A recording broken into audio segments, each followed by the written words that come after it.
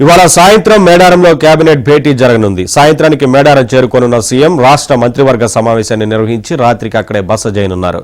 CM మంత్రుల పర్యటన సమావేశం కోసం అధికార యంత్రాంగం పగడ్బందీగా ఏర్పాట్లు చేసింది.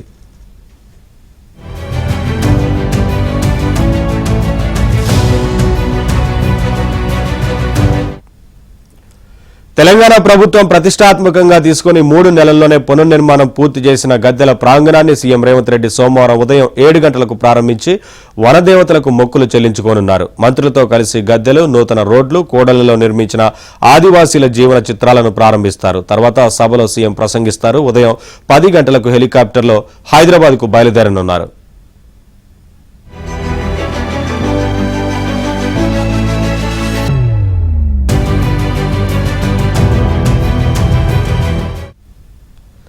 సీఎంతో పాటు పలువురు మంత్రులు, సీనియర్ ఐఏఎస్, ఐపీఎస్ అధికారులు కూడా ఆదివారం రాత్రి మేడారంలోని హరిత హోటల్లోనే బస చేయనున్నారు. వారి కోసం సుమారు 300 గదులను సిద్ధం చేశారు.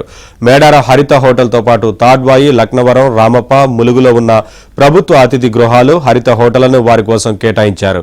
మేడారం హరిత హోటల్ సమీపంలో టెంట్ సిటీ ఏర్పాటు చేశారు. అందులో కొందరికి బస ఏర్పాటు చేస్తున్నారు.